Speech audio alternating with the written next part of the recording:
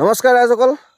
মিয়াই যে সঁচাকৈ অসমখন দখল কৰি বাংলাদেশ বনাম বুলি ভাবি আছে, এইটো একদম সত্য।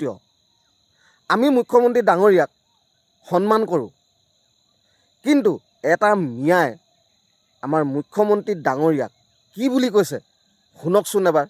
আৰু তাৰ কি অৱস্থা হ'ব লাগে আপোনালোকে কমেণ্ট কৰিব আৰু ভিডিঅ'টো শ্বেয়াৰ কৰিব, যাতে আমাৰ মুখ্যমন্ত্ৰী ডাঙৰীয়াৰ হাতত পায়গৈ আৰু তাক অতি সোনকালে এৰেষ্ট কৰে। এতিয়া ভিডিঅ'টো চাওক। হিমন্ত এনেকে নালাগে বয়া তেল হাতিয়াৰ বনাম, ডুপ্লিকেট ফেন মাকসুদা মেয়াৰ কোটি দম থাকিব লাগে। কি কলি তই চিএমক কি কলি এতিয়া চিএমক? হিমনত পকৰ মাৰি মাইকী ছোৱালীৰ কিবা পকৰ চাটি কিনে খায়। শুনিলে ৰাইজ কি কৈছে? কিমান উৎপাত ইহঁতৰ, কিমান কথা ভাবি থৈছে মনত ইহঁতি।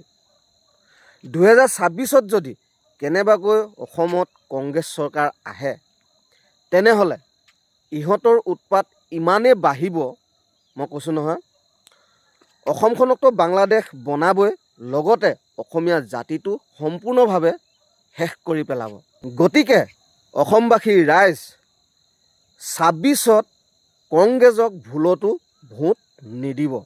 সকলোৱে বিজেপিক ভোট দি জিকাওক। আৰু বিজেপি থাকিলেহে অসম থাকিব, অসমীয়া জাতিটো থাকিব। বিজেপি যদি নাথাকে, এই অসমখন বাংলাদেশ হ'ব। কথাটো মনত থ'ব ৰাইজসকল। এই মিয়াটোৰ নাম আৰু মোবাইল নাম্বাৰ দিয়া আছে তাতে।